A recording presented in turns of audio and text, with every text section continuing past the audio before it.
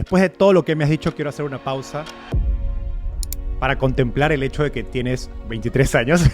Yo siempre digo que teníamos las 3 peores cosas que no le gustan a un inversionista de VC. Sé que muchos inversionistas te dijeron que no por tu edad. Obviamente eso no te detuvo. Has levantado cerca de $100 millones sin ir a la universidad, siendo muy joven y no tener experiencia alguna en banca o fintech. La realidad es que teníamos que vendernos a nosotros mismos. El founder tiene que ser un completo sujeto que esté devorando cualquier tarea que se ponga enfrente, ¿no? Y que cualquier cosa que esté como meta, él sabe internamente que tiene que ir súper más arriba de eso. Myron Sandoval es fundador y CEO de One Car Now, una startup mexicana que ofrece autos en suscripción para trabajadores de plataformas como Uber o Didi. Actualmente opera en 22 estados, con más de 25,000 clientes activos y 100,000 en lista de espera. Metes a un mercado con empresas que ya habían levantado cientos de millones de dólares, como Kavak. Lo que menos queríamos es entrar en una guerra de quién tiene el precio más bajo para el consumidor. Otra variable importante en la rentabilidad de un negocio fintech es el costo de adquisición de clientes. Nosotros llevamos una inversión histórica en OCN ya en 3 años de operación de menos de $10,000 histórico. O sea, no hemos invertido más de $10,000 en canales de adquisición de clientes o en marketing desde que empezamos. No, me dijiste, nuestra cultura es resolver problemas con estrategia y no con gente. Si lo que haces como empresa es tener que contratar gente, despedir gente, la realidad es que no es ni justo ni es la estrategia correcta. Myron, empecemos con un poco de tu historia. Cuéntanos cómo llegaste al fascinante mundo de las startups. Es una historia muy interesante. Manuel y yo somos 2 cofundadores dentro de UCN y este es nuestro segundo proyecto trabajando en conjunto. Antes de la pandemia y posteriormente en 2021 volvimos a unir fuerzas para lanzar a UCN. Personalmente, de niño hice varios negocios en la secundaria, en la universidad, desde vender ropa hasta carteras, incluso negocios de venta directa. Pero yo mismo no me veía como un emprendedor. Era más como un negocio, simplemente quería ganar dinero. ¿Tú desde tan temprana edad te veías a ti mismo como un emprendedor? ¿Qué fue lo que te hizo seguir ese camino? Yo creo que el tema de considerarte un emprendedor es mucho de mindset y creo que es algo que ayuda a muchas personas a dar ese siguiente paso, ¿no? Ese siguiente paso que sea lanzar, ese siguiente paso que es escalar tu negocio, ese siguiente paso que sea ser público con el mismo. Y creo que esta mentalidad es extremadamente importante en el ecosistema, ¿no? Tener personas que se la crean y que evidentemente en este creérsela, evidentemente hagan cosas extraordinarias con lo que creen capaces de hacer, ¿no? O se creen capaces de hacer. Entonces, te diría, evidentemente, muy etapa temprana, pero definitivamente esta espinita de dar un poco más, hacer algo innovador, hacer algo que nadie esté haciendo, definitivamente lo teníamos y en nuestro concepto personal, eso era ser un emprendedor. Con OCN, tu compañía actual, te metes a un mercado con empresas que ya habían levantado cientos de millones de dólares, como Kavak, y respaldada por inversionistas, digamos, de los más grandes del mundo. ¿Por qué? ¿Qué te hizo creer que podías ganar en un mercado tan saturado? Te voy a decir algo, la historia de UCN básicamente es la historia de Myron y Manuel que después de haber vendido su primera empresa se une nuevamente para replicar un modelo que ha sido exitoso, similitudes de un modelo que ha sido muy exitoso en distintas partes del mundo, ¿no? Lo veíamos, por ejemplo, en Europa, lo veíamos en Estados Unidos, lo veíamos en Asia, y a nosotros nos queda muy claro que ese modelo, si lo traíamos al mercado mexicano y potencialmente a cualquier mercado emergente, podría no ser el más exitoso, ¿no? ¿Por qué? Porque tiene muchas particularidades que el modelo simplemente se vuelve un modelo de márgenes, se vuelve un modelo de extremadamente competencia contra otras marcas muy similares. Y lo que nosotros vimos es, si vamos Cuando a hablas desarrollar un modelo... del modelo, explícanos a qué te refieres o qué modelo en particular. Sí, totalmente. Un modelo que básicamente ofrezca esta accesibilidad a productos financieros, un segmento que tradicionalmente no tiene acceso a productos financieros, ¿no? Un poco lo que menos queríamos es entrar en una guerra de quién tiene el precio más bajo para el consumidor. Lo que menos queríamos es entrar en una guerra de, como cualquier financiera, quién opera más barato y quién tiene más margen sobre en cuánto se fondea y más presta. Entonces, lo que vimos es, si vamos a entrar en este mercado, vamos a hacerlo con un diferencial, ¿no? Y curiosamente vino de eso, vino de nosotros analizar que si íbamos a replicar un modelo de financiamiento en su inicio, básicamente de vehículos, lo tenemos que hacer con un segmento poblacional distinto, ¿no? Y entonces empezamos a indagar y la realidad es que lo que nos hizo convencernos de esto fue el propio mercado, ¿no? Empezamos a atacar a las personas que son conductores de plataformas de movilidad, que son estos famosos gig workers, que nosotros internamente en la empresa les llamamos los emprendedores de movilidad, que nos transportan y transportan a millones de personas en Latinoamérica, en América como continente y en otras partes del mundo, ¿no? Y vimos que la realidad es que por puro perfil socioeconómico estas personas son tradicionalmente excluidas básicamente de instituciones financieras que estén ofreciendo un producto de financiamiento. Y sin embargo, son personas que tienen capacidad de pago y son personas que van a usar esta herramienta como un capital de trabajo, ¿no? Como una herramienta de trabajo. Entonces, la realidad es que nosotros, te digo, entendiendo un poco dinámicas de mercado y entendiendo la complejidad per se de no ser una financiera tradicional, lo que enfocamos fue darle un aspecto básicamente que hiciera destacar y diera valor real al producto en base al cliente que estábamos sirviendo, ¿no? Y de ahí, evidentemente, vimos mucha aceptación por parte de inclusive las propias plataformas de movilidad que en su momento, y a muy etapa temprana, nos buscaban básicamente para hacer alianzas con nosotros, ¿no? Entonces, te diría que en fases iniciales, nosotros desarrollamos un producto muy sencillo y poco a poco el mercado fue demandándolo en cantidad. En solo 3 años lanzaron, creo que en 2020, 21, 22, correcto. 22. En solo 3 años has construido un negocio que genera, al menos de números relativamente sencillos de calcular, decenas de millones de dólares en ingresos. Explícanos el producto y el modelo de negocio y también cuáles crees que han sido esos factores que les han permitido ganar. Totalmente. OCN resuelve un problema muy grande y esa es la falta de accesibilidad a productos financieros para el segmento de la Gig Economy. ¿Qué es lo importante entender de este segmento de la Gig Economy? La Gig Economy lo que hace básicamente es generar un impacto positivo en la capacidad de las personas que trabajan en esta economía independiente en su capacidad de generación de ingresos. Y lo que voy con esto es que cuando vemos la data cruda, un conductor de plataformas de movilidad que tiene acceso a su propio vehículo está quintuplicando el salario mínimo en distintos países de la región. Lo vemos un 6 veces en Colombia, lo vemos un 7 veces en Brasil. Tenemos casos en OCN de personas que están haciendo 9 veces el salario mínimo en México y que es evidente que esta herramienta de trabajo les está catalizando, les está ayudando a llegar a una movilidad social que normalmente allá afuera tarda 2 a 3 generaciones y hoy lo estamos viendo en un plazo de 2 a 4 años simplemente por tener acceso, ¿no? ¿Y cómo evoluciona el gig worker? El gig worker evoluciona literalmente de una economía totalmente informal a ser un trabajador independiente en el cual tiene acceso a una motocicleta, tiene acceso a bicicleta, empieza a hacer delivery, de repente conoce a una persona que tiene un vehículo que no está usando y empieza a rentar de manera informal un vehículo que no es de su propiedad para empezar a generar ingresos. Y eso involucra mucha irregularidad, ¿no? Involucra que el dueño del vehículo puede cobrarles más, puede retenerles ganancias, puede tener un rol inclusive hasta de empleador. Entonces, la perspectiva que nosotros hacemos es hacer el siguiente escalón. Y ahí es donde metemos el producto que hoy le llamamos el OCN Subscription, donde básicamente nos aliamos con conductores de plataformas de movilidad, ofreciendo un producto de arrendamiento a 36 meses, en el cual nuestra intención es que las personas que son nuestros clientes se vuelvan las dueñas de las unidades que están manejando, ¿no? Entonces, lo primero que hicimos básicamente fue eliminar cualquier barrera de entrada que involucra tener acceso a este vehículo, esta capital de trabajo para los gig workers. Y lo que hicimos básicamente fue desarrollar un producto en el cual hacemos zero down, o como le llaman los americanos, zero down, que involucra 0 fees iniciales, 0 barreras de entradas financieras. Y todo eso básicamente también va complementado a una eliminación. El usuario no tiene que poner una garantía o un primer pago fuerte, digamos. No hay comisiones por apertura, no hay enganches, no hay depósitos en garantía. Inclusive, por ejemplo, no tenemos el tema de buró de crédito, no tenemos el tema de un cosigner o un aval. Entonces, un poco la perspectiva es lo que te avala como persona y cliente de OCN es el trabajo histórico que has generado en la Gig Economy, ¿no? Toda esa parte la reemplazamos evidentemente con nuestro propio sistema de riesgo alternativo y lo que nos permite básicamente es generar alianzas a sabiendas, inclusive de ambas partes, sabiendo que estamos totalmente validando este conductor en base a su trabajo histórico, ¿no? Entonces el trabajo valida totalmente a nuestros clientes, que eso es importantísimo para nosotros. Ahora, ¿qué es el producto per se? Ya te decía, 36 meses, opción a compra, pero no solamente te incluimos el coche, que por cierto hacemos vehículos eléctricos, hoy tenemos un commitment de que cada vehículo que colocamos es 75% en todo el portafolio nuevo de vehículos eléctricos, sino que aparte de esto les vamos a incluir todo el tema de mantenimientos, todo el tema de servicios, todo el tema de impuestos. Entonces, el vehículo totalmente se deslindan de cualquier costo a largo plazo que las personas tuviesen que incurrir sobre la adquisición de una unidad, ¿no? Y al final lo que queremos después de 36 meses es que estas personas se vuelvan dueñas del vehículo que están manejando, ¿no?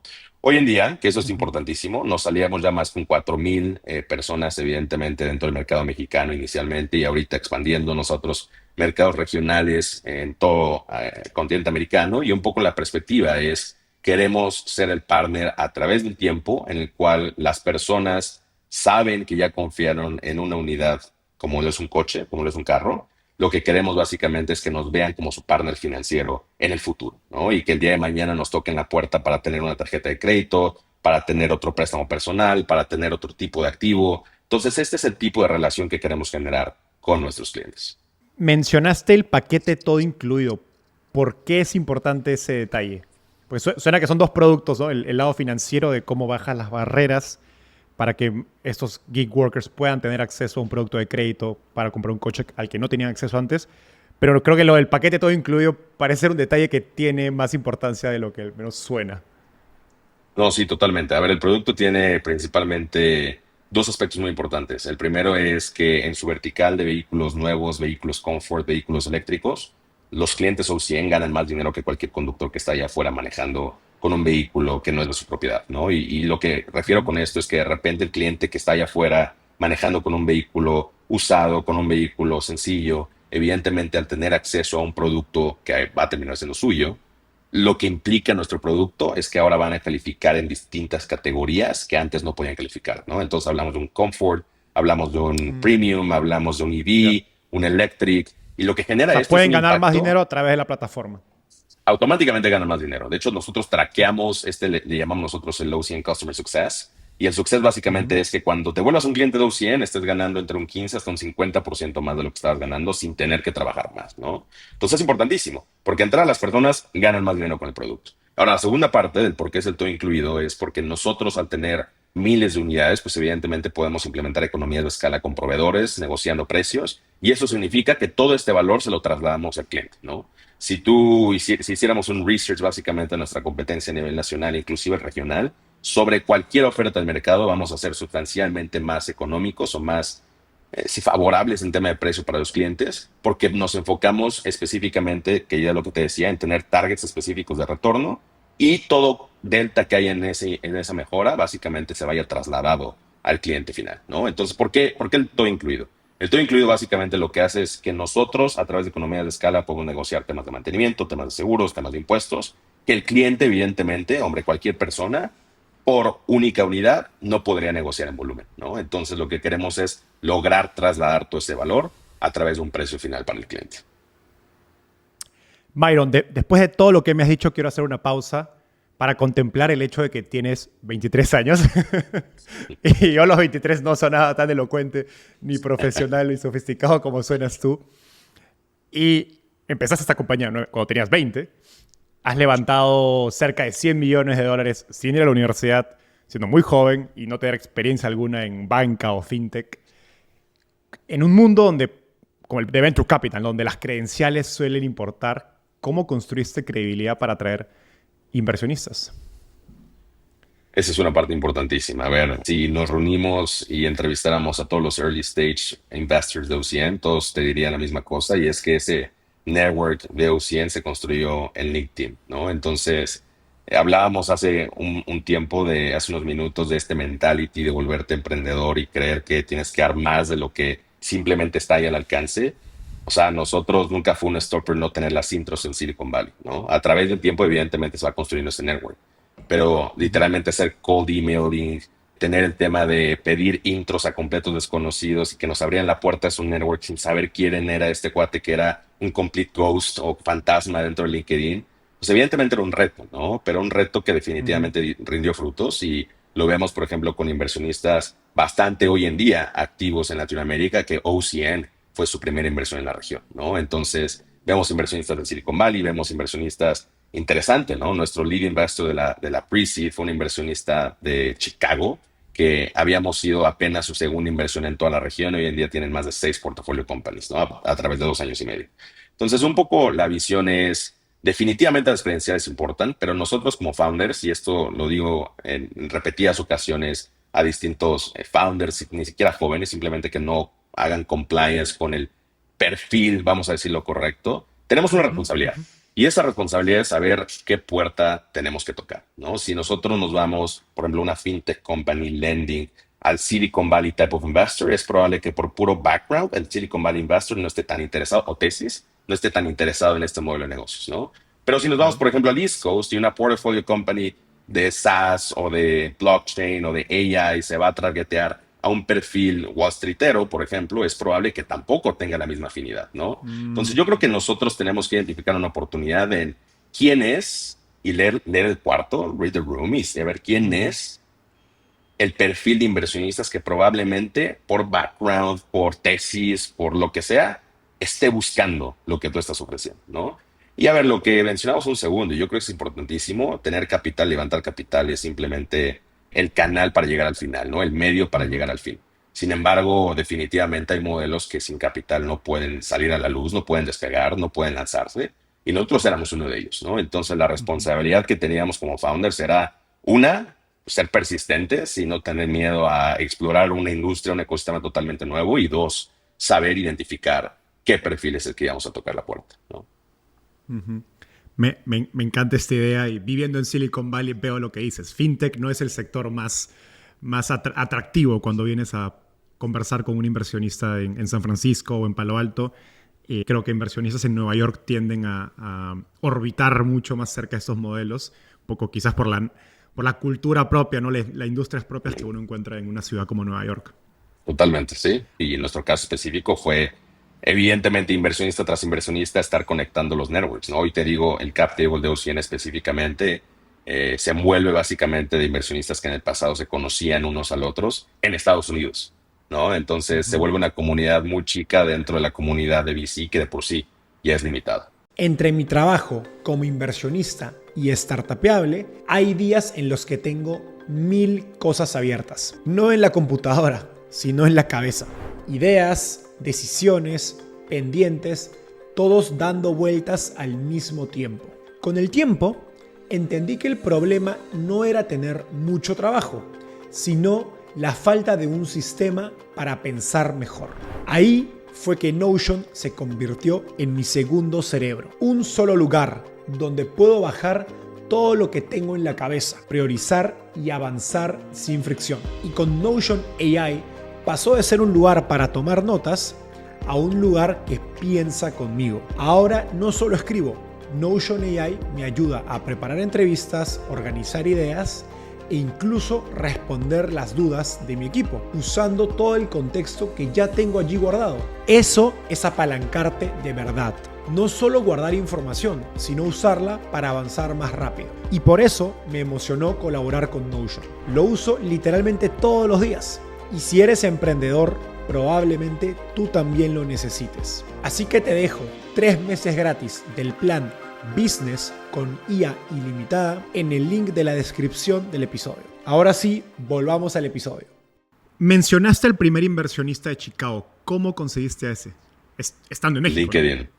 LinkedIn. Sí. Es una historia muy interesante. Hoy en día, digo, la inversionista que confía en nosotros ya es socio. Cuando invirtió en nosotros era principal. Entonces ves el tema de crecimiento a nivel empresa y el tema de crecimiento a nivel persona de ambas partes. Entonces es impresionante vivir eso. Pero hoy en día somos muy buenos amigos y lo que te dice este inversionista es, pues a ver, nosotros hacer pre-seed, inclusive pre-launch, lo que necesitamos identificar es quién está detrás, ¿no? Y en su perspectiva muy cruda es, a ver, el founder tiene que ser un completo sujeto que esté devorando cualquier tarea que se ponga enfrente, ¿no? Y que cualquier cosa que esté como meta, él sabe internamente que tiene que ir súper más arriba de eso, ¿no? La manera que lo hicimos fue, y tuvimos una llamada, me acuerdo, a través de este mensaje de call email en LinkedIn. Me respondió 3, 4 horas después, tuvimos la llamada un día después, y literalmente un mes después estábamos cerrando con ellos como nuestro lead investor del pre-seed, ¿no? Entonces, eran 5 meses que nadie nos respondió en mail, eran 3 meses que todos nos estaban bateando en tema de lograr un inversionista, y de hecho ellos fueron quienes hicieron el anchor, obviamente al ser lead investors, de la pre-seed, ¿no? Entonces, sí, o sea, identificar oportunidad, identificar commonalities, y en este caso específico, por ejemplo, la tesis del fondo es outliers, ¿no? Entonces también tiene que haber un match entre la tesis del fondo versus lo que nosotros como founders estemos ofertando allá afuera. Sé que muchos inversionistas te dijeron que no por tu edad. Obviamente eso no te detuvo. ¿Qué aprendiste del rechazo en tus rondas de inversión? A ver, distintas cosas, ¿no? Definitivamente un consejo de mis inversionistas early stage y ahora más growth stage es que se tiene que tomar nota evidentemente del inversionista SaaS, que probablemente ni siquiera tiene tanto interés o conocimiento del inversionista fintech, pero que sí sabe cómo hacer el framing de cómo vender un producto startup, ¿no? Tanto como la parte, por ejemplo, del lending investor, que probablemente le interesa poco todo este speech de venture capital, pero que vio algo dentro del modelo de negocios que definitivamente no iba a funcionar o no iba a volar, ¿no? Entonces, ¿qué te diría? Yo sí soy muy observador en qué es lo que la persona domina, ¿no? Y en lo que la persona domina te va a dar un consejo precisamente muy, muy valioso dentro de su específico core de interés, ¿no? O de especialidad. Entonces, si hablamos con un potencialmente lending investor que probablemente el VC no le interese tanto y te dice, sabes que este credit modeling o risk modeling no lo vemos evolucionando en el track record histórico del gig economy o del out of financing no funciona bien, entonces hay que aprender ahí, ¿no? Específicamente en el tema del SaaS, que nuevamente nosotros somos una plataforma SaaS enabled. Evidentemente lo que significa esto, o software enabled, lo que significa esto básicamente es que se le puede aprender mucho el storytelling de cómo vender probablemente la parte VC, pero que necesariamente no tenga la parte de riesgo, de crédito, etcétera, etcétera, ¿no? Entonces, en términos generales, la realidad es que aprendimos que esto es un mundo extremadamente diverso, a pesar de que es un ecosistema relativamente chico, el venture capital, específicamente Latinoamérica post pandemia y post 2021-2022. La realidad es que cada uno y cada las personas que están en venture capital, sean inversionistas, sean founders, pues nadie inició desde cero su carrera en venture capital, ¿no? Entonces todos tenemos un background, todos tienen un background que aporta valor evidentemente al ecosistema general y cada vez que tienen estas conversaciones, hombre, son de extremado valor y deberían de ser de extremado valor para todas las personas de por medio. A los emprendedores jóvenes que te escuchan, ¿qué les dirías acerca de cómo cerrar esa primera ronda y cómo generar credibilidad en esa primera ronda cuando aún no tienes el perfil o las credenciales? Les quisiera compartir la parte personal, pero primero la parte de negocio, ¿no? O sea, la realidad es que O100, si no hubiésemos tenido probablemente la atracción al inicio, hubiese sido extremadamente difícil, ¿no? Yo siempre digo que teníamos las tres peores cosas que no le gustan a un inversionista de VC. La primera siendo es que éramos capital intensive, la segunda es que éramos asset heavy y la tercera es que teníamos 20 años cuando estábamos levantando la ronda, ¿no? Entonces la combinación, las tres era terrible, literalmente. O sea, cualquier fondo que Si nos pasaba veía, el checklist, inclusive. no había forma. Exacto, justamente. Entonces, un poco la apuesta es, al inicio, nosotros tuvimos que vendernos a nosotros mismos, ¿no? Y obviamente vender la visión y vender el modelo y vender el mercado y el vender el por qué todo esto era una oportunidad. Pero la realidad es que teníamos que vendernos a nosotros mismos en este tema de, pues, a ver, no importa qué pase, voy a seguir y vamos a continuar y vamos a seguir haciendo y le vamos a dar la vuelta y algo que dicen, por ejemplo, nuestros inversionistas muy tempranos es que cualquier pregunta que teníamos una respuesta, ¿no? Entonces, la perspectiva que les diría a todos los founders es vuélvanse expertos dentro de su modelo de negocio, vuélvanse expertos en su mercado, vivan, respiren, lloren, sueñen las dinámicas, las variables, las condiciones de mercado y evidentemente todo eso en torno a su empresa, ¿no? Y en la parte personal, lo que te decía, o sea, definitivamente como founder te tienes que vender porque es muy fácil ser buen storyteller. Bueno, ni siquiera es muy fácil. Simplemente es sencillo poder tener un buen storytelling y estudiarlo y casi que repetirlo reunión tras reunión, pero tener esa congruencia entre pregunta, respuesta, solución, ejecución, ahí es donde verdaderamente está el detalle, ¿no? Me encanta ese punto de la coherencia. Creo que a veces los emprendedores no necesariamente tienen todas las respuestas, pero si la historia es coherente, igual hace sentido, igual puede ser atractivo. Y no se trata de tener todas las respuestas, porque a ver, va a haber retos y el reto que tienes en el 0 a 1 no es el mismo que el 1 al 10 y mucho menos que el 10 al 1000, ¿no?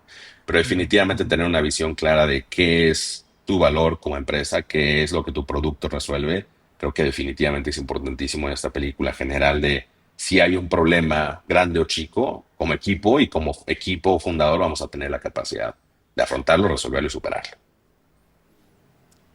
¿Cómo aprendiste de levantar capital, dirigir una empresa y creo que más sofisticado aún, levantar financiamiento estructurado de inversionistas de deuda a tan temprana edad? Yo te voy a decir algo, a mí me daba risa inclusive después de hablar con inclusive instituciones de financiamiento bastante grandes. O sea, hay firmas manejando multi-billions en credit portfolios, porque yo salía y decía, no sé dónde saqué este término. O sea, literalmente lo metí en mi speech, pero no sé dónde saqué este término, pero curiosamente sí era el término adecuado para meter en el speech como tal del modelo, ¿no? Entonces, a ver, la realidad es que nosotros nos rodeamos y fuimos founders, y somos todavía, me gusta creer, bastante coachables, ¿no? Y en esta perspectiva de ser bastante coachables y ser extremadamente abiertos y entender evidentemente el valor que cada persona que se une al modelo, que cree en ti, quiere aportar realmente como persona, quiere aportar como conocimiento, nosotros fuimos bastante coachables, ¿no? Y la realidad es que éramos muy abiertos a feedback y éramos extremadamente abiertos a reconocer cosas que no estaban ahí, ¿no? Porque era evidente que no estaban ahí. Entonces, lo que hicimos fue aliarnos de personas con bastante experiencia en esto y volvernos literalmente una esponja de Esponjas. conocimiento, exacto, con todas estas personas, ¿no? Y yo me sentaba, me acuerdo con nuestros ejecutivos y les decía, a ver, literalmente dame clases de absolutamente todo lo que sepas, ¿no? Y dame clases de todo lo que veías en práctica en esta empresa. Y dame clases de esta práctica de mercado. A cierto nivel nunca vas a ser igual de experto y si lo eres, la realidad es que va a ser por demasiado esfuerzo y demasiado mérito, pero definitivamente siempre tienes que tener mucha apertura a esta absorción de conocimiento e identificar que por eso tienes un ejecutivo en cierta área, ¿no? Porque tienes que confiar, tienes que aprender y tienes que fortalecerte de ese equipo, de ese miembro del equipo. Entonces, sí, o sea, te diría, la realidad es que me da risa porque de repente cuando cerramos, por ejemplo, nuestro primer facility de deuda, que fueron 20 millones de dólares, pues hombre, era literalmente el primer amount ever que yo tenía básicamente sobre el portafolio, ¿no? Entonces, un gran reto, pero definitivamente bajo toda esta premisa de seguir aprendiendo, seguir evidentemente constantemente, sí, entendiendo estas dinámicas de los facilities, entendiendo estas dinámicas de mercado, pues evidentemente logramos posteriormente tener una mucho más grande a través del tiempo. El primer boom de crecimiento de clientes se siente como éxito, pero también se siente como caos. Mensajes por todos lados, clientes sin respuesta y tu equipo tratando de apagar incendios. Startups como Nubank, Nequi y Shopify usaron Zendesk desde temprano para evitar ese caos. No necesitas un equipo gigante, solo una base sólida. Atención omnicanal, automatizaciones y analíticas desde el día 1. Por eso nos aliamos con Zendesk para ofrecerte 6 meses en Zendesk Suite con acceso completo a todos los productos, onboarding personalizado y atención especial para emprendedores. Si decides continuar, tienes 15% de descuento en tu primera compra. Entra al link de la descripción y empieza a construir soporte que sí escala. Hablando de aprender, creo que hay algo interesante en la historia de OCN, y es que varias de las grandes startups en este mercado de financiamiento de coche crecieron bastante rápido, al punto que las cosas se les salieron de control. Muchas de esas compañías hoy facturan cientos de millones de dólares, aunque también quemaron bastante capital. Tú llegas unos años después con la ventaja del retrovisor, como se diría, como Google, ¿no? Aprendiendo de los errores de Yahoo. ¿Qué errores viste en los jugadores en la industria que te ayudaron a hacer las cosas diferentes? Cuando nosotros lanzamos, sí, sí el retrovisor, y evidentemente veíamos y aprendíamos en cabeza ajena, sin embargo, también came at a price, ¿no? Y el precio a pagar es que ya no había capital tan disponible, ¿no? Claro. Entonces, ¿qué nos hizo hacer? Y lo mencionabas un segundo, ¿no? A todos los founders ahí que están buscando emprender, la historia de One Car Now es una historia que sin tracción probablemente no hubiese existido, ¿no? Entonces, identificar una, que es esa atracción importante, evidentemente, para poder ser atractivo si es que tu estrategia es fondarte venture capital. Y dos, ¿qué es lo que el mercado verdaderamente está pidiendo, ¿no? Nosotros entramos a levantar capital cuando la primera pregunta de los VCs, en lugar de ser cómo vas a crecer 100x, era cómo te vuelves profitable, ¿no? ¿Y cuál es tu margen? Sí, me interesa muchísimo cuál es tu perspectiva y tu forecast de crecimiento y la oportunidad, pero cuál es tu margen y verdaderamente estamos haciendo dinero sobre la unidad económica. Entonces, me acuerdo de una conversación, habrá sido mi segunda Y eso lo dices conversación porque justo era 2022, justo el mercado estaba cambiando. Correcto.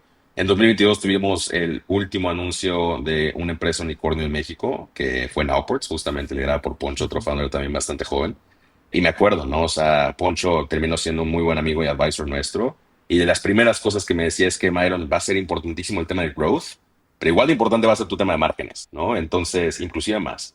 Entonces, yo creo que nosotros nos tocó un mercado que definitivamente sí estaba todavía muy interesado en growth, pero ya no growth at all cost, ¿no? Y mucho de eso lo que tú mencionas, una reestructuración de la estrategia, evidentemente por empresas que hoy en día hacen centenares de millones de dólares, ¿no? Entonces, ¿Qué vimos nosotros? Lo primero que vimos, y me acuerdo mucho de esta conversación inicial con uno de nuestros primeros ángeles inversionistas, él sí basado en Silicon Valley, que nos decía, pues a ver, necesito que me digas sí cuánto vas a crecer, sí cuánto es el mercado, pero cómo llegas a profitability, ¿no? Y me acuerdo de mi respuesta inmediata, nosotros llegamos a profitability con 50 vehículos, 50 coches, ¿no?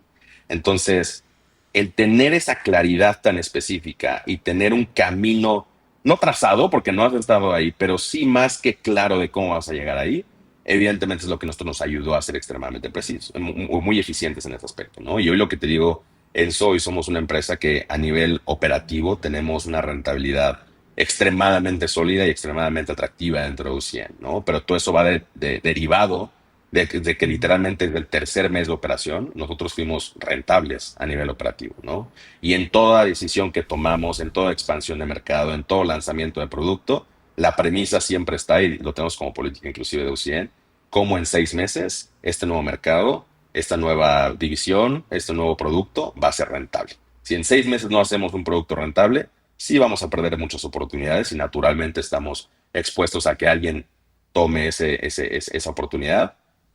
No es de nuestra top prioridad cuando hay otras iniciativas que probablemente sí nos den y nos permitan llegar a esa eficiencia operativa y, por tanto, financiera. Hablemos más de esa eficiencia operativa. ¿Qué otros factores crees que han contribuido a que hoy OCN sea un negocio tan rentable? Voy a hablar desde la parte un poco empírica de lending portfolios y fintech companies. Yo creo que muchos founders, sobre todo en fintech y lending, nos pusieron mucho en el chip el tema de que lo más importante es el costo de capital, ¿no? Y a cuánto te fondeas, y a cuánto prestas, y cuál es tu spread en medio, ¿no? Sin embargo, hombre, si hablamos con inversionistas VC, inversionistas fondos de deuda, lo que te van a decir, a ver, hay un overall efficiency perspective dentro de tus facilities de deuda que rebasan por mucho el tema de un costo de capital, ¿no? Lo vemos en aspectos, por ejemplo, advance rate, lo vemos en el tema de qué denominación tiene la moneda básicamente en la cual te están prestando. Lo vemos en covenants que atan básicamente a la empresa a ciertas condiciones de mercado, ciertas condiciones de liquidez, ciertas condiciones operativas, ciertas condiciones de riesgo, ¿no? Entonces, si ves la eficiencia general de lo que es y hace un modelo fintech, un modelo de lending rentable o poder llegar a aspirar a un modelo rentable, va mucho más allá de márgenes, ¿no? Y lo que menos queríamos es que seamos una empresa que se mide en cuánto presta, a cuánto se fondea y a cuánto opera, ¿no? O sea, la realidad es que esa es la definición evidentemente de eficiencia, sin embargo, creemos que hay una perspectiva mucho más comprensiva de cómo ver esto, ¿no? Con esa idea anterior, lo que quieres decir es que cuando, por ejemplo, vas a negociar un contrato de deuda, ¿no? Donde un inversionista te da crédito, no solo piensas en el costo de capital, sino piensa en todas esas variables extra, esos términos adicionales que están en ese contrato que pueden agregarte una carga operativa que al final, en verdad, incrementan tu costo de capital final. Correcto. Sí, a ver, el tema de negociar un facility de doble dígito, triple dígito en millones de dólares es que el costo de capital, sobre todo si haces subprime o si haces asset backed o si hacemos unsecured, que tiene distintas variaciones cada uno, probablemente uno de los puntos más importantes sí sea el costo del capital. Dependiendo de la industria y dependiendo del modelo, probablemente no sea el primero, ¿no? O sea, te diría, en OCN tenemos como nuestra lista de prioridades de qué sentamos a negociar dentro de una conversación, básicamente un facility, y definitivamente el costo de capital está en top 3, pero no está en top 1, ¿no? O sea, no es el número 1. Entonces, la realidad es que al momento de ver una eficiencia general de las dinámicas de un facility de deuda, hay muchas condiciones que van más allá básicamente del costo del capital mismo. Nosotros vemos los levers básicamente de eficiencia, no nada más a nivel financiero, sino a nivel operativo también, ¿no? ¿Qué vemos nosotros? Evidentemente somos una empresa que, si bien sí decidió invertir en activos, no decidimos invertir, por ejemplo, en infraestructura operativa, ¿no?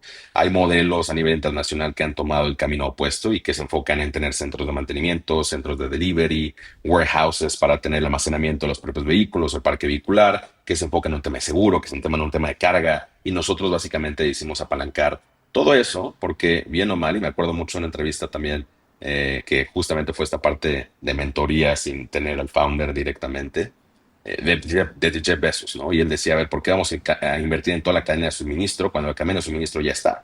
Definitivamente podríamos sacar más pesos de la almacenaje, podríamos sacar más dinero de la distribución, podríamos sacar más dinero de la logística, pero hoy en día no tenemos básicamente la necesidad de llegar ahí, ¿no? Y obviamente ya sabemos la historia de cómo eso determinó a través del tiempo la estrategia de eficiencia y crecimiento también de la propia empresa, ¿no? Y nosotros adoptamos algo muy similar. Nosotros entendimos que en el caso específico de UCN, nuestra vertical de vehículos, la realidad es que ya existe infraestructura de centros de mantenimiento, ya existe la infraestructura de carga, ya existe la infraestructura de las propias agencias automotrices. ¿Por qué nosotros en día uno estaremos invirtiendo en un aspecto así cuando evidentemente nos va a involucrar un tema de CAPEX y un tema de OPEX extremadamente alto, ¿no? A través del tiempo. Entonces, lo que decidimos hacer fue apalancar, y esta es la visión en tema operativo y porque es mucho más horizontal que nada más financiero, es apalancar mucho la infraestructura que hay allá afuera para evidentemente terminar siendo una empresa rentable a nivel operativo. Otra variable importante en la rentabilidad de un negocio fintech es el costo de adquisición de clientes, que suele ser bastante alto. Ustedes, a mi parecer, tienen cierta ventaja al haber cerrado alianzas con Uber y Didi, que se convierten en un canal de venta y me imagino también una fuente de datos únicos. ¿Qué tan importantes fueron estas alianzas y cómo lograste cerrar esos acuerdos y que te vean como un socio estratégico, digamos, pese a ser una empresa nueva? Definitivamente nosotros tenemos nuestros socios, básicamente plataformas digitales, que hoy en día toman entre un 50 y un 70% de los clientes básicamente que tenemos dentro de UCN. Tenemos otro 40% que básicamente viene de canales directos y otras estrategias comerciales que tenemos ahí también de network effect. Ahora, ¿qué es la realidad? Nosotros en día uno, lo primero que hicimos, el motivo por el cual siempre digo esto, que el producto fue literalmente sacado de la empresa por el mercado, es que teníamos de entrada un partner que nos decía, a ver, yo estoy más que interesado en tener alianzas comerciales contigo. Y no solamente estoy más que interesado, sino que te voy a pasar a toda mi base de clientes que estén interesados en este servicio a tipo de empresa, ¿no? Entonces, de entrada lo que significó eso es, ya no hay un esfuerzo de venta. Ya no hay un tema de tener que invertir. No, te lo digo históricamente, ¿no? Nosotros llevamos una inversión histórica en OCN ya en 3 años de operación y como tú lo dices, con doble dígito en tema de revenue, de menos de $10,000 histórico en canales de adquisición, ¿no? O sea, no hemos invertido más de $10,000 Wow. en canales de adquisición de cliente o en empezaron? marketing, desde que empezamos, exacto. Wow, qué Entonces, locura. un poco la perspectiva de eso es, tienes un partner que tiene una gran necesidad de productos y que cuando tú le dices, es un vehículo nuevo, es un vehículo que te ayuda a mejorar la calidad de imagen del servicio, es un vehículo que te ayuda a tener tu flotilla o tu parque vehicular básicamente con un compliance regulatorio porque tiene mantenimiento, seguros, de impuestos, evidentemente es un no-brainer para la plataforma, ¿no? Y nosotros nos enfocamos en mucho eso, tener un driver success, que ya lo mencionaba al inicio de la conversación, pero también un partner success, ¿no? Tenemos toda la implementación de un vendors platform, por ejemplo, que cualquier partner con el cual nosotros trabajamos, le decimos, a ver, este platform literalmente está hecho para UCN, pero tú eres más que libre de usarlo con cualquier otra entidad que tú quieras en el futuro, ¿no? Entonces, casi que abrimos una parte SaaS, de cierta forma, en la cual nuestros vendors, nuestros partners puedan generar valor en otras alianzas que ellos tengan, sin importarse a OneCarNow o no, ¿no? Entonces, lo que hemos en ese sentido es, al inicio, la realidad es que hubo una plataforma que confió en nosotros, que ya inclusive salió del mercado mexicano y que fue la que nos impulsó evidentemente a tener esta validación per se del producto, ¿no? Conforme fuimos avanzando, otra plataforma se volvió interesada básicamente en alianzas con nosotros y después de 1 año y medio, de hecho apenas esto fue el año pasado, logramos cerrar a la plataforma más conocida básicamente en temas de ride hailing a nivel global, ¿no? Entonces, sí, o sea, yo creo que fue un tema de determinar qué es éxito para 3 partes. Un éxito para el cliente final, un éxito para nuestros partners y un éxito para nosotros empresa y generar un ecosistema donde sea una relación ganar, ganar, ganar entre todas las entidades. Es un poco contraintuitivo porque a las startups se les suele, cuando se habla de los esfuerzos de venta, de comercialización de una startup o de una empresa, se les suele decir, deja los partners para más adelante, ¿no? No es el primer canal por el que te recomiendan empezar. Y en este caso parece que esas alianzas con las plataformas de transporte fue un punto clave para que OCN, OneCarNow pueda despegar de forma tan rápida y tan rentable a la vez. Sí, no, totalmente. Cuando tienes un partner que ve tu valor agregado y que tú también te vas a volver de cierta forma dependiente en la adquisición de clientes y va a haber un éxito interno en no tener que gastar en marketing, evidentemente lo que se busca es generar un complemento, ¿no? Porque los dos tenemos un cliente común, en este caso específico de UCN, y el cliente común es el conductor. Si el conductor tiene acceso a un vehículo, en la plataforma es exitoso. Si el conductor necesita un vehículo, en OCN es exitoso. Entonces, lo que veíamos evidentemente es una sinergia extremadamente buena. Y evidentemente ha habido requerimientos de ambas partes de, a ver, necesitamos que entonces el perfil de cliente sea este. Necesitamos que el coche cumpla con estos requerimientos. Porque lo que queremos generar es una entidad o una relación comercial donde todos definitivamente estemos contentos y todavía mucho más entusiastas de empujar esta relación. Algo más que valga la pena resaltar sobre cómo has construido el modelo de negocio de One Car Now que crees que explique su éxito. Iniciamos bajo la tesis de tenemos este producto, decidimos adquirir una primera flotilla de menos de 20 unidades. Con estas 20 unidades tocamos puertas literalmente de inversionistas, tocamos puertas de partners. Entonces yo lo que les diría a los founders o a las personas que estén interesadas en volverse founders es, no todo tiene que ocurrir paso a paso, pero también hay que tener mucho cuidado de que todo al mismo tiempo no se vuelva un desorden. Por ejemplo, estar lanzando el producto y estar levantando capital, estar cerrando partnerships, y por eso es un poco la premisa de que para muchos partners, para muchos startups, el tema de los partners no debería ser prioridad número uno al inicio, ¿no? Un poco mi perspectiva acá es, yo creo que no hay respuesta correcta, ¿no? Yo creo que cada empresa es su propio mundo, es su propia historia, y si enfocarte en ciertos levers que probablemente a otro founder no le funcionan, no le funcionen, no significa que va a ser tu caso de éxito, ni mucho menos tu historia ni tu camino, ¿no? Entonces, algo que diría es, yo creo que no hay un tema de, este es un success story para él y por tanto es para mí, ¿no? Yo creo que lo tienes que construir en base a lo que el mercado te diga, a lo que tú puedes ofrecer como producto y lo que está allá afuera, definitivamente. Me gustaría ahora hablar de más internamente cómo es One Car Now, de cómo diriges la compañía. Y algo que me gustó mucho de conversar contigo cuando nos conocimos fue que pues, muchas empresas tienden a contratar más gente para solucionar problemas. Tú en One Car Now me dijiste, nuestra cultura es resolver problemas con estrategia y no con gente. ¿Cómo aplicas esta filosofía en el día a día? Sí, fíjate que nosotros tenemos nuestros OCM Principles y literalmente son 11 principios que rigen datos en el C-Suite y que pedimos que se baje a toda organización, ¿no? Y uno de ellos es uno de estos puntos, ¿no? O sea, nosotros no resolvemos, es más, es al revés.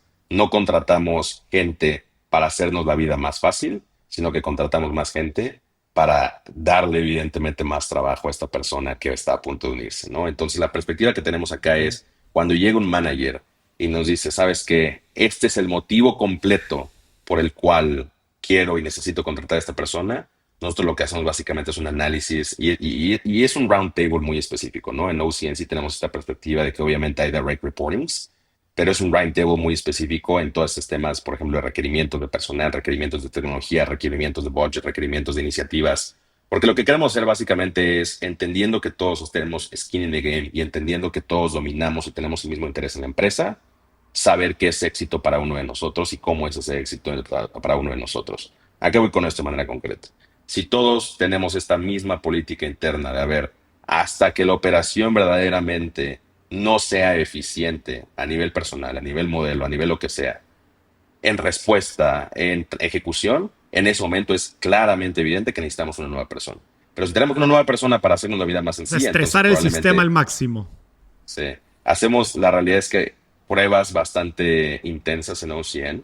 De hecho, este mes fue uno de ellos. Explícanos más de estas pruebas. Estas pruebas es estresar la capacidad operativa del negocio, ¿no? Entonces, básicamente yo les digo a las personas, o bueno, como management team definimos, sabes que la primera semana del mes o las primeras 2 semanas del mes, quiero que literalmente entreguemos ninguna sola unidad, quiero que hagamos ningún solo esfuerzo de ventas, quiero que onboardemos ningún solo cliente y que se enfoquen en la estrategia. Porque lo que va a tener que suceder es que el forecast no va a cambiar y nos quedan 2 semanas, después de que ocurren las primeras 2, para llegar a la misma métrica del mes, ¿no? Que by the way, es más alta que la métrica de cualquier mes pasado. Entonces, lo que hacemos es definir a qué punto, evidentemente operacional, tenemos que contratar más personas sin la necesidad de tener que llegar a un punto donde truene, ¿no? Entonces, ¿qué es interesantísimo? Que de repente ves al equipo llegando a métricas 20% más altas que cualquier histórico dentro de OCN en un periodo de mitad del tiempo, ¿no?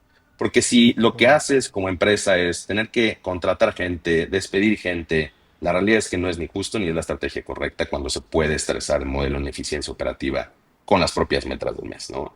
Ahora, nuevamente, esto no es cierto ni debería ejecutarse en todo tipo de modelos ni en todo tipo de empresas, pero nosotros al tener una métrica muy práctica de qué es lo que tenemos que hacer para llegar a un objetivo, es posible. Me encanta este ejemplo y esta filosofía. No cualquier negocio lo tiene que implementar, pero creo que direccionalmente suena a algo interesante para probar. Así que me gustaría entender mejor cómo hacen estas pruebas de estrés.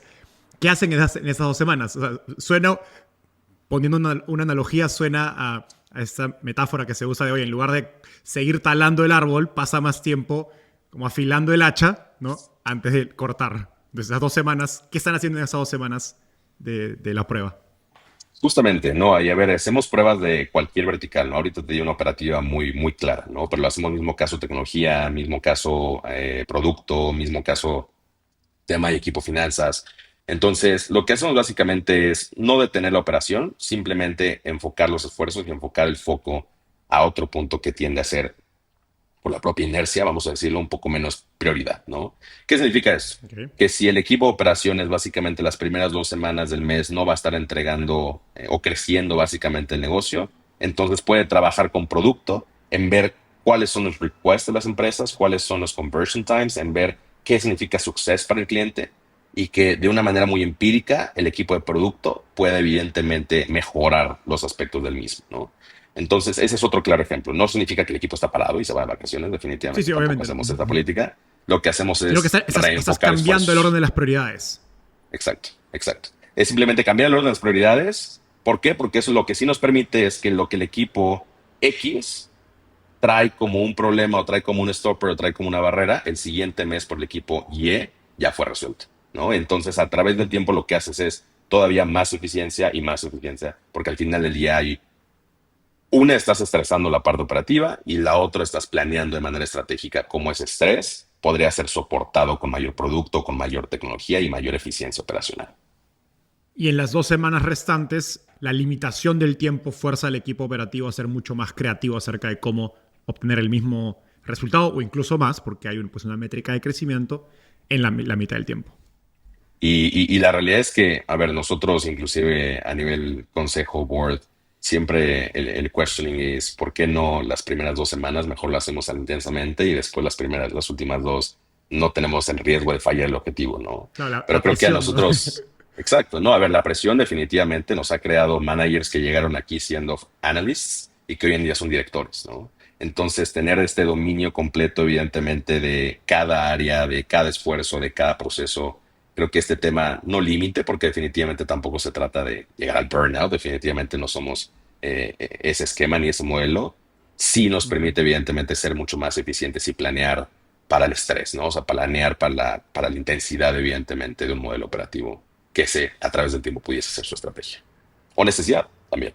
Hablando del crecimiento de gente que crece a través de trabajar en One Car Now, de analistas a directores, suena que esta presión pues acelera el crecimiento de estas personas en su propio desarrollo profesional. ¿Sientes que la gente subestima su propio potencial? Te voy a decir algo. A nosotros sí nos cuesta bastante contratar un perfil senior, porque definitivamente tiene que haber un match cultural primero que inclusive el tema técnico, ¿no? O sea, nosotros vemos que el negocio evidentemente sí tiene su complejidad técnica de operación. Sin embargo, 100% creemos que hemos implementado los playbooks correctos para que alguien con un perfil similar o background similar pueda llegar y ejecutar perfectamente, ¿no? ¿Qué es lo que no podemos hacer? Alguien que tenga un mindset o tenga una etapa de su carrera profesional que ya no está dispuesto a literalmente doblarse las mangas y 100% meter las manos al negocio, probablemente entra a una posición muy senior, ¿no? Me acuerdo mucho un inversionista de Nueva York que tenemos que nos decía que en el corporate ladder hay un riesgo muy grande, específicamente para las startups, en este tema de cuando contratas a un senior manager. ¿Por qué? Porque de entrada tienes el senior manager que en su carrera personal va así y de repente hay una intersección donde por tantas personas a su cargo, por tanta responsabilidad, por tanto seniority, el manager por pura naturaleza ya no necesita ni debería en ciertas empresas ser tan hands-on, ¿no? Y entonces para las startups es muy fácil irnos por un perfil que en currículum se vea perfecto, se vea súper atractivo y que de repente llega a la startup y se da cuenta que pues no hay ni budget para contratar y no hay tampoco esa cultura de estar contratando y que verdaderamente hay que meterse la entraña nuevamente, ¿no? Entonces creo que es interesantísima esta parte porque definitivamente hay un riesgo muy alto desde la perspectiva de no leer nada más currículum, sino leer el apetito y la parte profesional de las personas, ¿no? Nosotros confiamos mucho en nuestro talento, ¿no? O sea, hoy te digo, de las 70 personas que somos hoy en día, todavía hay 10 personas que fueron founding team y eso es mucho a razón de que evidentemente vimos esta evolución en esta expertise, en esta experiencia, en este dinamismo, en esta intención de querer todavía ser hands-on a través del tiempo. ¿Cómo te aseguras que esa filosofía de hands-on, de estar metido en el negocio, no se pierda a medida que el negocio crece? Creo que es algo, como acabas de explicar, que tiende a ser muy natural. No solo en startups, creo que en cualquier negocio que crece a medida que va bien y hay recursos. Hay dos formas muy fáciles básicamente de ver esto específicamente en la organización de OnePair, ¿no? O sea, lo que vemos básicamente es la parte cultural y lo que vemos es la parte empírica operacional. Lo que hacemos básicamente en la parte cultural es que todos los senior managers, en este caso C-suite executives, tenemos o estamos más que alineados en lo que esperamos uno del otro y lo que sea básicamente este requerimiento para llegar a esta eficiencia operativa, ¿no? Entonces lo que vemos es que si finanzas hace cierto esfuerzo, lo mínimo que espera es que otra área, tecnología, operaciones, people, producto, tenga ese mismo nivel de esfuerzo y commitment. Y la parte ahora sí operativa, empírica, es muy fácil identificarlo porque cuando hay una tendencia de crecimiento y llega el manager porque probablemente no tenga este fit cultural y quiere empezar a contratar estructura, es muy fácil ver dos cosas. Una, que evidentemente la tendencia caiga de crecimiento, la eficiencia caiga. Y dos, verlo muy fácil en que te va a empezar a pedir demasiados hires o te va a empezar a pedir una completa reorganización, inclusive también presupuesto de su propia estructura, ¿no? Y recuerdo que cuando nos conocimos me decías que la gente subestima el nivel de carga operativa o trabajo que trae contratar a alguien más y que no es solo la persona, sino que son sistemas, procesos, software, recursos humanos y que en verdad como que el traer a una persona implica como que crece la carga operativa de nivel no lineal, digamos, a la cantidad de gente que contratas. No, totalmente. Yo creo que contratar personas definitivamente sí es una solución a problemas, sin embargo, trae otros retos básicamente de por medio, ¿no? Ya lo decía el tema cultural, ya lo decía el tema de dinámicas de trabajo, de repente tienes una línea de reporte directo nueva, e inclusive ahorita en una era de AI, muchos managers y muchos ejecutivos se están dando cuenta de que probablemente hay muchas cosas que se pueden solucionar y se pueden hacer mucho más eficientes sin la necesidad de contratar a nuevas personas, ¿no? Justo eso te iba a preguntar. Con inteligencia artificial, ¿cómo estás pensando en el nivel de exigencia? ¿Se cambia el nivel de exigencia que tienes hoy en Workout Now para tus equipos, dado lo que se puede hacer con inteligencia artificial? Definitivamente. O sea, inclusive no tan lejos, ¿no? Vemos, por ejemplo, el tema de Customer Success hace 2 años como un equipo total de ventas, un tema de respuesta en tema de Customer Experience Executives. Y hoy en día lo que vemos es que muchas de estas tareas se vuelven más estratégicas que ejecutoras, ¿no? Y de repente ya no tienes que tener un call center completo para estar atendiendo clientes. Ya no tienes que tener un proceso básicamente de un success manager que esté llevando al conductor o a tu cliente en cada parte del proceso de aplicación, sino que puedes tener un sales manager automatizado con ella y que esté haciendo todo este proceso. Entonces el nivel de exigencia va mucho más a dejemos de ser únicamente ejecutores y tener básicamente la vista así, sino tengámosla mucho más horizontal, ¿no? Y un poco lo que digo a todos los ejecutivos es AI no viene a reemplazar a nadie dentro de U100. Esa es la única cosa que sí viene a hacernos la vida más fácil. No viene a sustituir a nadie, pero sí viene a hacer nuestros procesos más eficientes. No viene a reemplazar este know-how de ejecución, pero sí viene a forzarnos a ser expertos en cada parte del proceso. ¿Qué oportunidades ves en Latinoamérica, dada la falta de acceso a capital, que obviamente es enorme? Ustedes están resolviendo una pequeña parte del problema enorme que hay de falta de acceso a servicios financieros. Cuando piensas en el mundo actual de inteligencia artificial, ¿qué oportunidades pueden desbloquearse que quizás no estamos viendo todavía?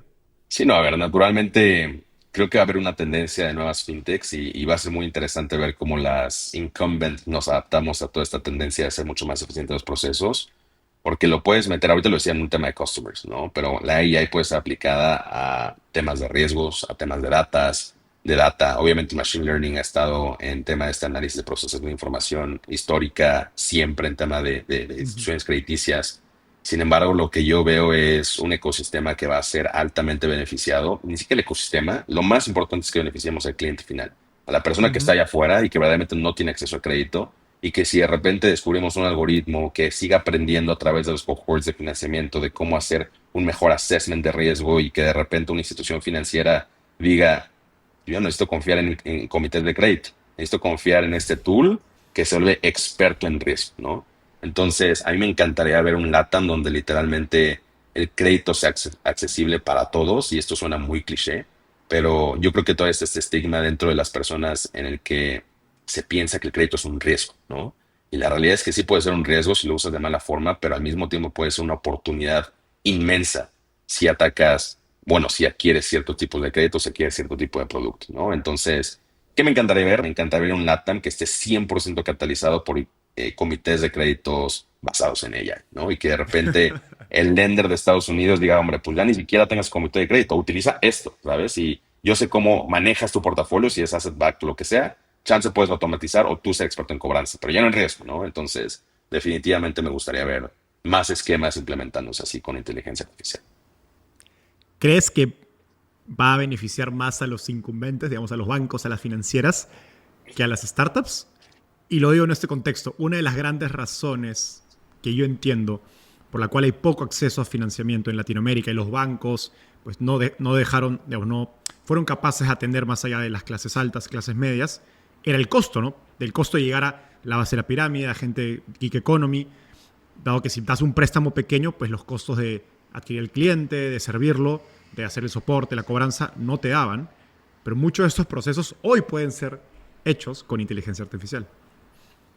No, totalmente. A ver, yo creo que va a ser un gran cambio y yo no creo que vaya necesariamente o a beneficiar a uno o al otro. Yo creo que cada entidad, dependiendo de su enfoque, va a tener enfoque o va a tener una implementación de AI en distintas áreas, ¿no? O sea, va a haber una empresa que se vuelva experta en AI en onboarding y está perfecto.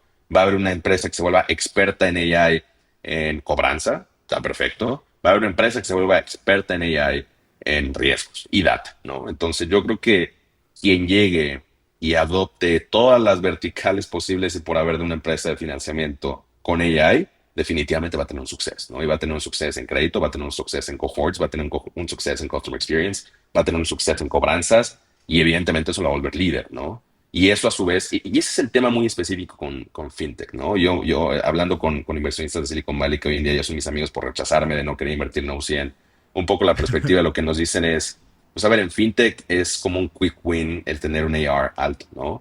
Y yo estoy muy de acuerdo con ellos, pero yo creo que es muy fácil decir que es fácil prestar dinero cuando lo que es difícil es recuperar, ¿no? Y cobrar.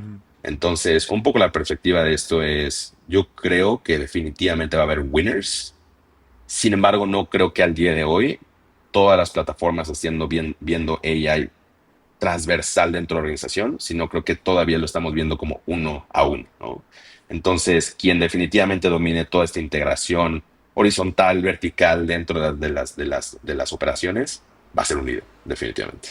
A propósito de Silicon Valley, justo hace unos días leía una publicación en LinkedIn que decía, oye, han habido muchas compañías que generan ingresos tanto por cobrar por el software como por cobrar por los servicios financieros, pero en un mundo donde es cada vez construir software es cada vez más fácil, ¿no? Y es 10 veces más fácil hoy y probablemente va a ser 100 veces más fácil en unos meses o un par de años, pues va a haber mucho más competencia por software. Entonces, esos márgenes de cobrar por software deberían tender a cero y probablemente la monetización que va a quedar es únicamente fintech. Sí, a ver, yo creo que va a ser interesantísimo. Creo que en la parte de infraestructura va a seguir siendo y prevaleciendo. Sin embargo, ya no va a ser una infraestructura que probablemente vaya a ser un binary, la tengo, opero, no la tengo, no opero, ¿no? Creo que definitivamente va a haber muchos más proveedores y eso naturalmente y de manera positiva va a reducir costos para el lender final, ¿no? Y lo que tú dices de que al final del día se vuelva mucho más fintech, sí. Sin embargo, yo creo que en Latinoamérica y en cualquier mercado emergente a nivel global, un poco lo que nos ha faltado es que la fintech tenga la capacidad de volverse horizontal en su propuesta de servicios, ¿no? De repente lo que vemos es que la fintech que hace tarjetas de crédito le cuesta la vida y más hacer auto. La que hace auto le cuesta la vida y más hacer payday loans. La que hace payday loans y así nos vamos, ¿no? Entonces creo que lo que va a permitir esto es hacer más corto el gap entre qué tan fácil es irte de un portafolio, credit portfolio, a otro credit portfolio. Qué tan fácil con todo el tema de data, infraestructura, es jalar una línea de financiamiento global de inversionistas de un facility de deuda para un portafolio de motocicletas y qué tan fácil va a ser a la hora de un consumer electronics o un payday loan o una tarjeta de crédito, ¿no? Entonces a mí me gustaría ver mucho lo que pasa, por ejemplo, en Estados Unidos y en Europa, donde no, o inclusive más bien en Asia, donde tienes apps que empezaron con una vertical, pero como la infraestructura está ahí y la infraestructura realmente no es costosa, no hay un riesgo de, híjole, si no jala o si no funciona, yo ya invertí en todo este stack de información e infraestructura tecnológica. Si no faga, si no funciona, desconecto y me vuelvo a reconectar básicamente a mi core principal, ¿no? Entonces a mí me encantaría ver una industria fintech donde, si bien es cierto, la plataforma digital y la infraestructura de data se vuelva más accesible y por lo tanto más barata, más económica, eso mismo, si bien sí tiene un impacto en las empresas, también permite a las empresas fintech expandirse horizontalmente en su propuesta de servicios para las personas. Y eso implicaría que las fintech van a tender en Latinoamérica y mercados emergentes, van a tender a volverse más multiproducto y por lo tanto competir más directamente con los grandes bancos.